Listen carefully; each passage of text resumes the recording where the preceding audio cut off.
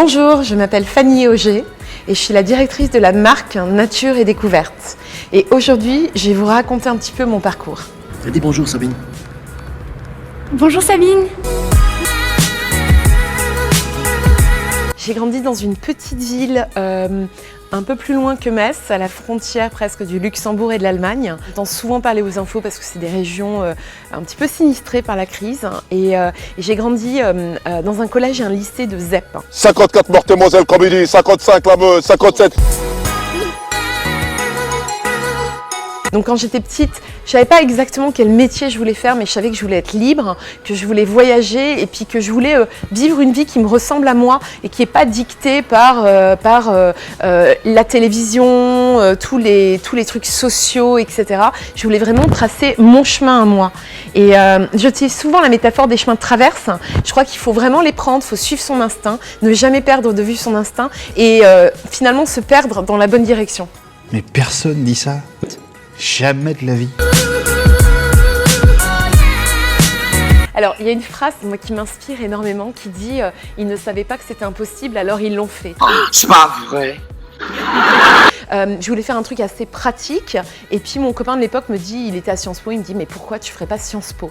Donc je me suis pas préparée parce que c'était 2 semaines plus tard, donc vaguement préparée. Je suis allée et je me suis vautrée. T'es mauvais, t'es mauvais.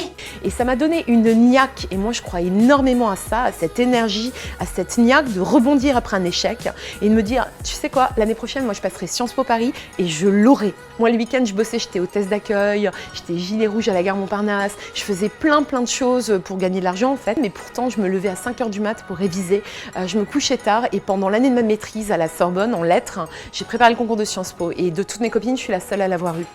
Et toc! Mon métier principal et que je fais avec passion tous les jours, c'est directrice de la marque Nature et Découverte. J'ai 2 passions dans la vie, c'est la culture et la transmission.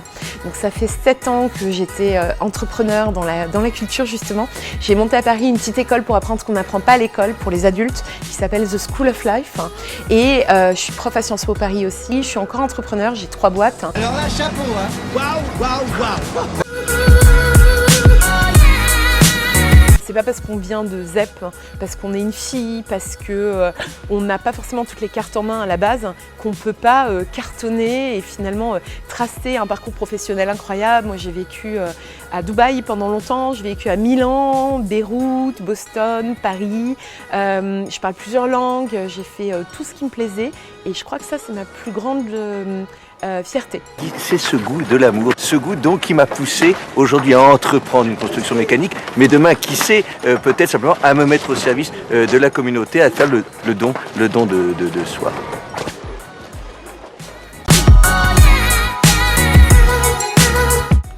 Le petit conseil que j'ai envie de vous donner et qui n'est pas forcément évident, c'est d'écouter votre petite voix. Alors, on vit dans des villes souvent, dans des environnements hyper bruyants. On est envahi par les médias sociaux, par la télé, par les médias, par les pubs. On nous crie dessus à longueur de journée. Et du coup, dans tout ce tintamarre, c'est assez compliqué d'écouter la petite voix qu'on a au fond de nous. Apprenez à la cultiver, apprenez à l'écouter et faites-vous confiance. La confiance en soi, c'est un des trucs majeurs dans la vie qui vous mènera là où vous voudrez aller.